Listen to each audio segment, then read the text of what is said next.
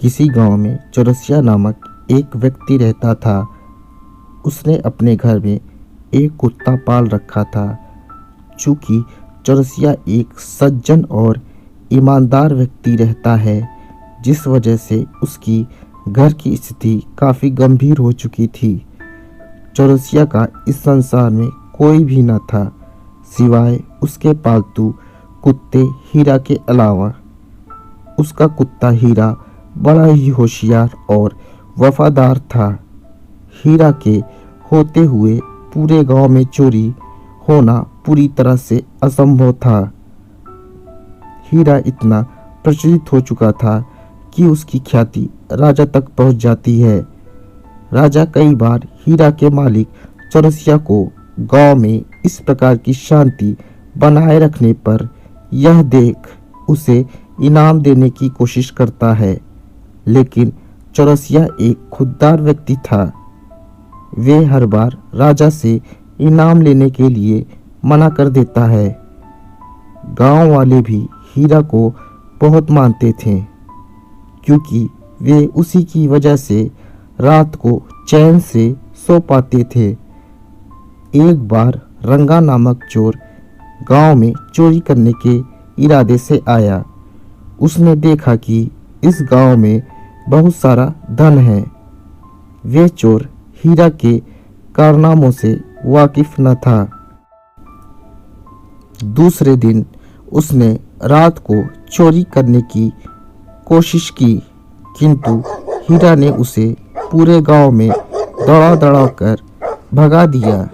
हीरा के इस कारनामे से पूरे गांव वाले प्रसन्न हो उठे। राजा को एक बार फिर यह गर्व हुआ कि उसके राज्य में हीरा जैसा कुत्ता है। अब तो राजा भी चैन की नींद सोने लगा। चौरसिया अपने कुत्ते हीरा से बहुत प्यार करता था। समय तेजी से बदलता गया और कुछ सालों बाद अचानक हीरा की तबीयत बिगड़ सी गई। उधर हीरा की तबीयत बिगड़ क्या गई कि गांव में चोरी की वारदातें फिर से शुरू हो गई। अब गांव वालों के साथ साथ राजा की भी चिंता बढ़ने लगी। चोर ऐसी वारदातों को अंजाम देते थे कि किसी को भनक भी नहीं लगती थी। अगर ऐसा चलता रहा तो गांव में कुछ नहीं बचेगा। इतना ही नहीं, गांव वालों को अपना खेत मकान सब छोड़कर भागना पड़ेगा। दूसरी तरफ बेचारा चौरसिया अपने कुत्ते हीरा के बीमार हो जाने के कारण काफ़ी दुखी हो गया था। इतना ही नहीं, चौरसिया ने वैद्य हकीमों से हीरा का इलाज करवाया, किंतु हीरा की तबीयत में कोई सुधार न हुआ। चौरसिया को अब यह लग रहा था कि हीरा का अंतिम समय आ चुका है।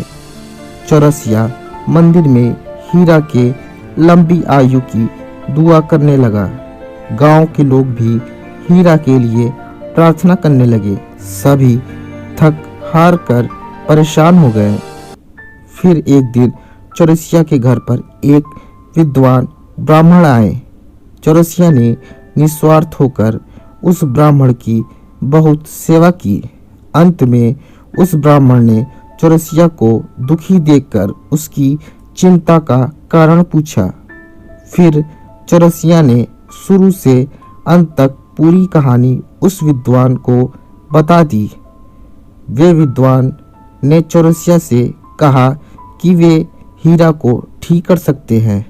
यह सुनकर चौरसिया के हृदय को थोड़ी सी ठंडक पहुंची। ये बात सारी गांव में आग की तरह फैल गई। सभी गांव वाले ये सोच रहे थे कि ये विद्वान ब्राह्मण ऐसा क्या करेंगे जिससे हमारा हीरा बिल्कुल ठीक हो जाएगा।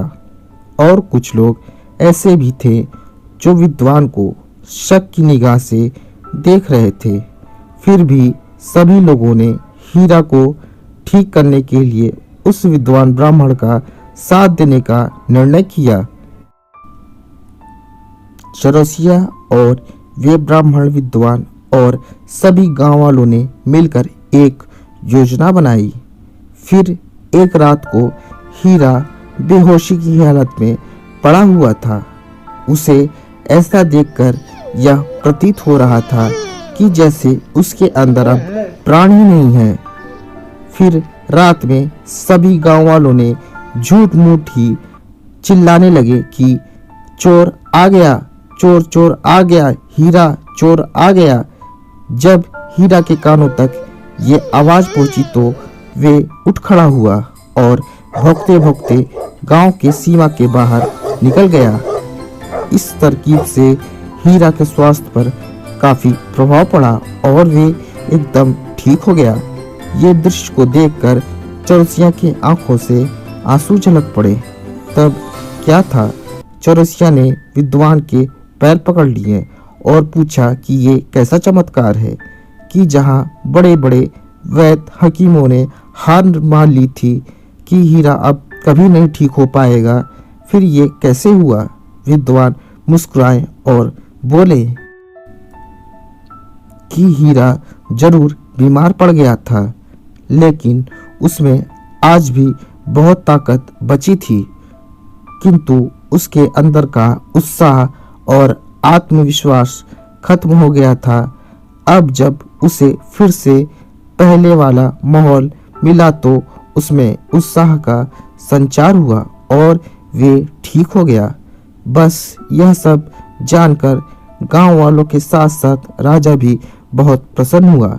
सभी लोगों ने विद्वान का धन्यवाद किया क्योंकि अब गांव में चोरी होना असंभव हो चुका था। शिक्षा। इस कहानी से हमें यह सीख मिलती है कि हमारे अंदर आत्मविश्वास का होना अति आवश्यक है, क्योंकि कोई भी कार्य धैर्य और आत्मविश्वास के साथ किया जाए तो संभव है कि वह कार्य सफल होगा।